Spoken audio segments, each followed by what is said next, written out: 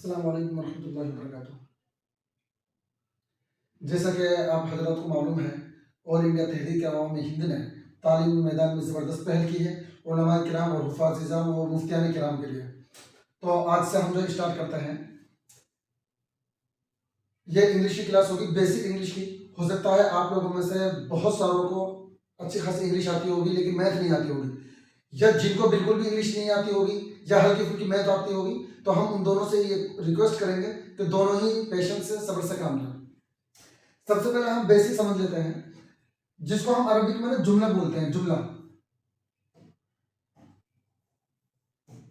जुमला अरबिक में बोलते हैं जिससे बात पूरी समझ में आ जाती है। ठीक है, जैसे मान लीजिए सलीम पढ़ा रहे हैं, तो सलीम पढ़ा रहे हैं जो ये जुमला है, इससे पूरी बात समझ में आ रही है। इसी जुमला को जो है इंग्लिश में बोलते हैं सेंटेंस।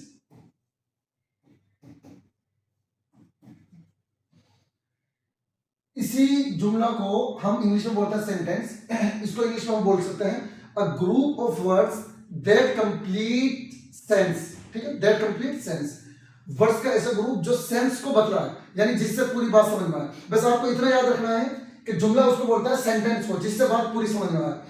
अब अरबिक में जुमले के दो पार्ट होते हैं, एक होता है मुब्तदा, एक होता है खबर। इंग्लिश में मुब्तदा को कहते हैं सब्जेक्ट, लेकिन यहां पर जो है ना इंग्लिश में अरबी वाले मुब्तदा से हल्का सा डिफरेंस है। अरबिक में जो है आप ये समझिए सब्जेक्ट इसको कहते हैं काम करने वाले को। जैसे मान लीजिए मैं खा रहा हूं, तो यहां पे खाने वाला कौन है? आई। ठीक है, सलीम पढ़ा रहे हैं, तो यहां पे पढ़ाने वाला कौन है? सलीम। तो सलीम को बोलेंगे सब्जेक्ट। जैसे मान लीजिए जैद ने अमर को पीटा, तो पीटने का काम किसने किया है? जैद ने, तो इस जैद को बोलेंगे हम सब्जेक्ट। एक होता है खबर। खबर कहता है, अच्छा खबर को इंग्लिश में बोलते हैं प्रीडिकेट। अभी आपको इनकी इंग्लिश याद नहीं करनी, बस इसका मतलब समझ रहे हैं। आपको इंग्लिश और स्पेलिंग जो है खुद ब खुद याद हो जाएगी। प्रीडिकेट, प्रीडिकेट कहते हैं सब्जेक्ट के बारे में जो कुछ बतलाया जा रहा है, सब्जेक्ट के बारे में जो कुछ बतलाया जा रहा है उसको प्रीडिकेट कहते हैं। जैसे मान लीजिए सलीम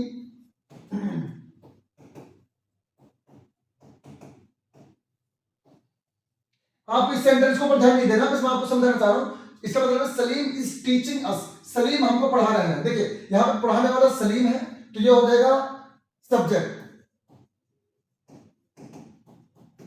और जो ये बाकी जो सेंटेंस है ये हो जाएगा खबर, प्रीडिकेट।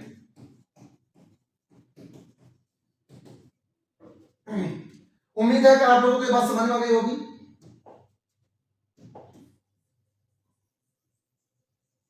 अब हम बात करते हैं, देखिए अरबिक में जैसा जुमला कई प्रकार का होता है, ठीक है, ऐसे ही यहां पर जो है ना सेंटेंस बेसिकली एक होता है अफर्मेटिव। क्या होता है? अफर्मेटिव।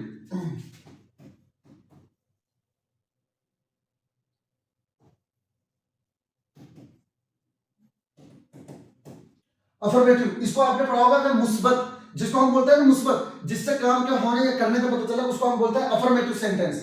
कौन सा सेंटेंस? Affirmative sentence.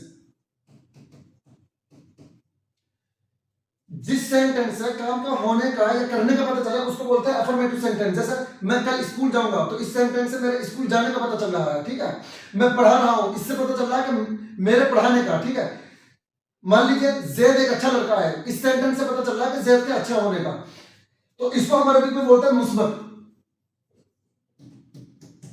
एक होता है निगेटिव, इसको जो है नेगेटिव भी पढ़ता है निगेटिव भी पढ़ता है, आप दोनों पढ़ सकते हो। निगेटिव सेंटेंस इसको बोलते हैं मनफी, जिससे काम के ना होने या ना करने का पता चले। जैसे उमर अच्छा लड़का नहीं है, तो इससे उमर के अच्छे ना होने का पता चल रहा है। जैसे मैं मैच नहीं देखूंगा, तो इस सेंटेंस से पता चल रहा है मेरे मैच ना देखने का। ठीक है, मैं छुट्टी नहीं करूंगा, तो इससे पता चल रहा है कि मेरे छुट्टी ना करने का। तो ऐसे सेंटेंस को बोलते हैं निगेटिव सेंटेंस। एक आता है इंट्रोगेटिव,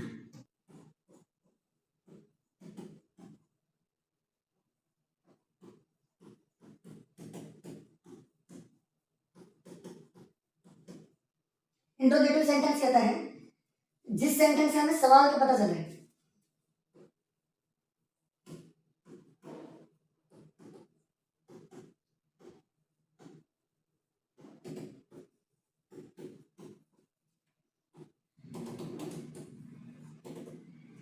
इंट्रोगेटिव सेंटेंस किसे कहेंगे? जिस सेंटेंस से हमें सवाल का पता चले। जैसे आप कैसे हैं, जैद कहाँ जा रहा है, तुम कल क्यों मदरसा नहीं आए। तो जिस सेंटेंस से सवाल का पता चलेगा उनको हम इंग्लिश में बोलते हैं इंट्रोगेटिव सेंटेंस। इसी को हम अरबी में बोलते हैं जुमला इस्तिफहामिया। आगे इंपरेटिव सेंटेंस।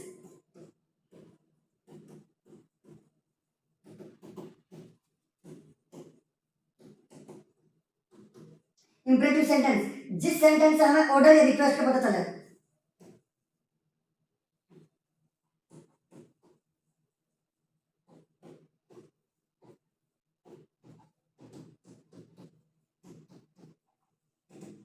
हुक्म दरख्वास्त, जैसे प्लीज मेरे लिए एक गिलास पानी लाना, एग्जाम का टाइम है, अपना टाइम वेस्ट मत करिए, ठीक है। तो टाइम वेस्ट ना करिए, ये जो है हुक्म है, ऑर्डर है। तो ये sentence affirmative sentence, negative sentence, interrogative sentence, imperative sentence, ये आपको आने चाहिए। इनकी डेफिनेशन आप याद रखिए, आगे चलकर ये हमें सेंटेंस बनाने होंगे, ठीक है। अब हम चलता है जमाना, जिसको हम इंग्लिश में बोलते हैं टेंस, ठीक है। इसको हम इरेज कर देते हैं। इसको आप प्लीज अपनी नोटबुक में और उसमें जो है पेन कॉपी लेकर बैठा करें और लिख लिया करें साथ साथ में।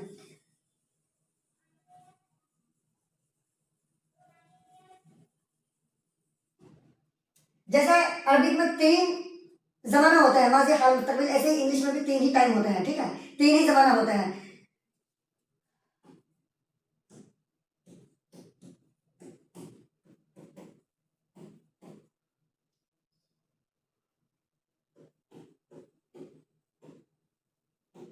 प्रेजेंट, जिसको हम बोलते हैं हाल। पास्ट, जिसको हम बोलते हैं माजी। फ्यूचर, आने वाला टाइम, मतलब मुस्तकबिल।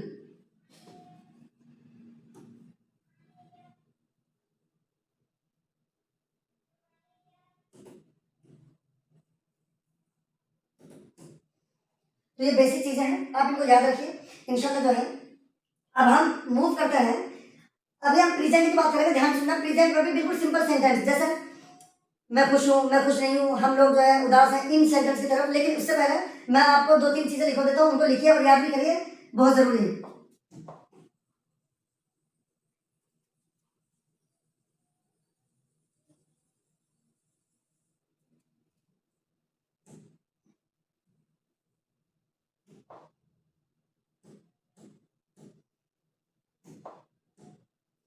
आई, आई का मतलब होता है मैं। वी का मतलब होता है हम। यू का मतलब होता है तुम, आप, तू। ये जो है ना यू, अगर सामने वाला अकेला है, जैसे मान लीजिए अकेला इंसान है, तो उसके लिए भी यू ही यूज होगा, और अगर कई लोग हैं तो तब भी यू ही यूज होगा। देयर,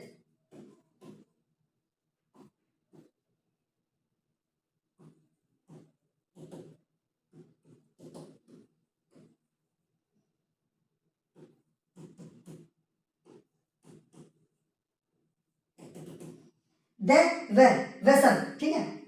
लेकिन सब बोलते नहीं उस वे लोग, तो ये मैन और फीमेल दोनों के लिए है। ही, और सिंगल के लिए है, और मेल के लिए है, मुज़क्कर के लिए है। जैसे मान लीजिए वह अच्छा है, और मैं, मेरी मतलब इससे कोई मुज़क्कर है, तो वहां पे भी आएगा, ही आएगा, ही, शी।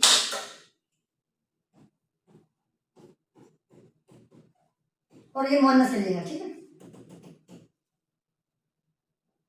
मुअन्नस। और एक आता है इट, इट का मतलब भी वही है वो, लेकिन ये जानवरों के लिए, गैर सभी चीजों के लिए, इन सारी चीजों के लिए आता है, ठीक है। कभी कभार बच्चों के लिए भी, जो बहुत छोटे बच्चे होते हैं उनके लिए भी इसको यूज कर लेते हैं। तो इनको आप याद रखिए। आई का मतलब मैं, वी का मतलब हम, यू का मतलब तुम, आप, तू का मतलब दे। यह है दे, THEY, दे, इसको ध्यान देना। दे, वह सब, मेल और फीमेल, मुअन्नस, मुज़क्कर सबके लिए आता है। ही जो है वह, इसका मतलब होता है वाहिद, अकेले इंसान के लिए आएगा, और मुज़क्कर के लिए आएगा। शी जो है, इसका मतलब वह है अकेली लेडी के लिए आएगा, इट का मतलब वह है ये सिंगल चीज़ों के लिए आएगा, कभी कभार बच्चों के लिए, जो छोटे छोटे बच्चे होते हैं उनके लिए आता है, और ढेर सारी कुछ चीज़ों के लिए आता है। तो इसको प्लीज़ आप याद करिए, फिर हम इंशाल्लाह क्लास को आगे बढ़ाते हैं। आज के लिए हम इसको क्लास को अपनी को यहीं पर खत्म करते हैं। अस्सलाम वालेकुम रहमतुल्लाहि व बरकातुहू।